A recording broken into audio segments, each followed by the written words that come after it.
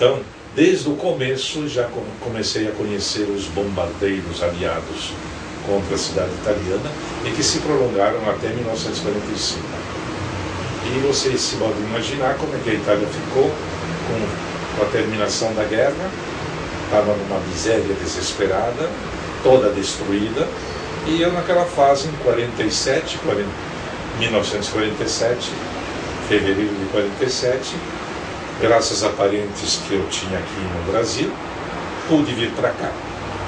Então eu trouxe uma imagem muito traumatizada. Eu era jovenzinho, 12, 13 anos, quando eu vim para o Brasil. Eu trazia uma imagem muito traumatizada do mundo. Para mim o mundo era uma agonia, para mim o mundo era... E, curiosamente, com 14, 15, 16 anos, descobri essa nova fonte de vida e comecei a me interessar. E não parei mais. Eu lia tudo, pegava os livros, tudo que dizia respeito a discos voadores, eu lia. E eu sempre tinha aquela visão otimista da presença ufológica. Sempre achava que os alienígenas eram gente boa, eram seres quase humanos e que tinham as melhores das intenções e que poderiam provocar uma verdadeira revolução no nosso meio. Claro que me enganei, né?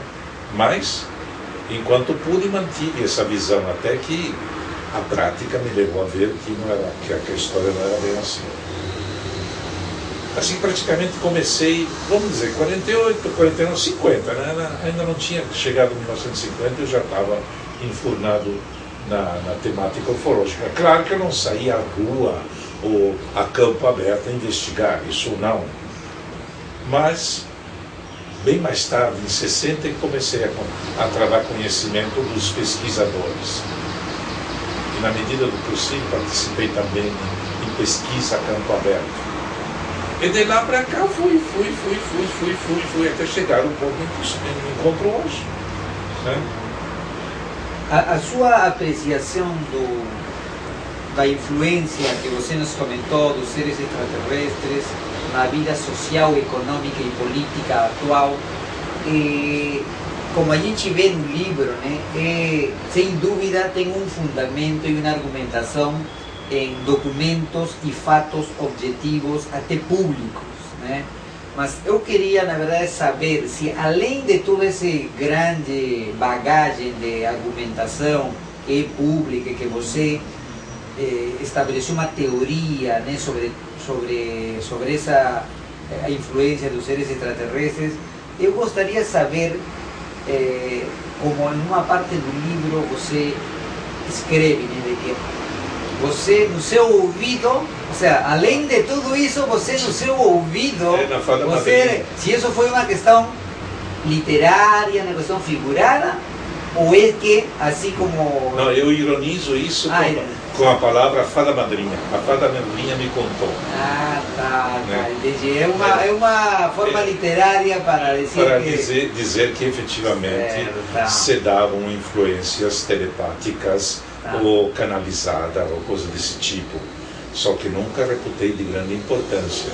E nem sequer, por causa disso, eu formei algum grupo místico ou coisa parecida. Desculpa que insiste, não entendi. Ou seja, quando eu leio o livro e eu tento entender de onde que vem, além dessas fontes que a gente está comentando, né?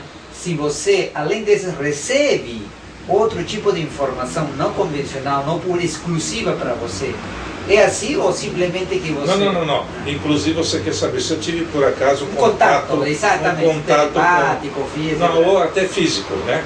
É isso. Eu diria que sim e que não. Não, eu diria que sim. Certo. Eu fiz contato com 2. Só que eu não tenho certeza absoluta que eles eram alienígenas. Eles eram humanos, claro, mas não eram humanos. Isso não está descrito em algum dos seus livros? Não, isso eu não coloquei, isso eu não usei como... Em algum momento você comentou, em alguma, ou simplesmente você deixou aí, nunca comentou? Não, vamos dizer assim, de contato, o primeiro, por exemplo, eu fiz um contato humano, não telepático, né? eu fiz o primeiro contato humano com um cidadão. Eu tinha ido ao Rio de Janeiro fazer uma palestra a convite da Irene Granchi. Eu fiz a minha apresentação. Quando foi isso? Em que ano, mais ou menos? Faz tempo, deve ter sido em 80, ou talvez antes, 78, 80. Certo. E fiz aquela minha palestra, me retirei, me encolhi, me sentei na plateia, porque outros iam falar, e aí se aproximou um cidadão e se apresentou muito cordialmente e começou a falar. E eu em seguida, telepaticamente, eu senti, meu Deus do céu, esse cara não é humano. E ele começou a falar, baixou o tom, por causa que o outro estava expondo os seus assuntos, e começou a dizer coisas sobre ufologia que nenhum ser humano podia dizer. E informações assim extraordinárias que eu conhecia em 78, 75, eu conhecia a ufologia escrita às pencas, e eu percebi que aquilo que ele me dizia não estava escrito em parte nenhuma. E curiosamente ele se aproximou e ficou blá blá blá blá blá blá blá blá blá, ficamos falando, e o assunto era tão interessante que eu resolvi escutar. Vamos fazer o seguinte, vamos sair da plateia, vamos lá fora, ficar conversando num canto para não atrapalhar. E fui. Junto comigo estava um jornalista famoso, Luiz Carlos Maciel, um grande amigo, teatrólogo, escritor. E nós três ficamos assim falando. Curiosamente, houve um momento em que eu estava falando com ele e era um ser humano comum. E não sei por que cargas d'água eu disse assim, mas eu preciso ver quem é esse cara. E curiosamente, não sei de onde ele saiu, mas saiu. Algo me disse assim, não enfoca ele. Não enfoca. Não. Afrouxa os teus olhos e faz de conta que olha assim de vesgo. Isso, isso. Pois eu deixei a minha visão cair assim como que não está. E eu ficava assim. Mas não é que ao fazer isso, o cara perdeu a máscara de ser humano e se me apresentou tipo lagarto. Eu fiquei assim, meio assustado, depois fiz assim, né? Aí a imagem sumiu. Bom, mas essa imagem foi uma imagem mental ou você viu com os olhos? Vi com os olhos. Ou seja, ou você teve uma chance. Uma chance de enxergar. De enxergar ele como era no original. Mas alguém avisou a você? Que não. Alguém não me disse nada, só me disse, afrouxa não enfoca. Afrouxa a tua visão e faz de conta que tu está olhando pelo lado, não pela frente. Eu fiz isso, não me custava nada.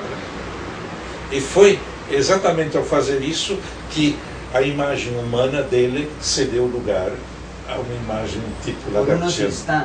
Por uns instantes, claro. Tanto é verdade que eu fiquei pasmo e até com medo, e aí enfoquei e aquilo fugiu. Ele voltou a ser natural. Mas eu não disse nada, né? Fiquei quieto comigo mesmo. Até depois eu até pensei assim, não, agora eu estou delirando. Né?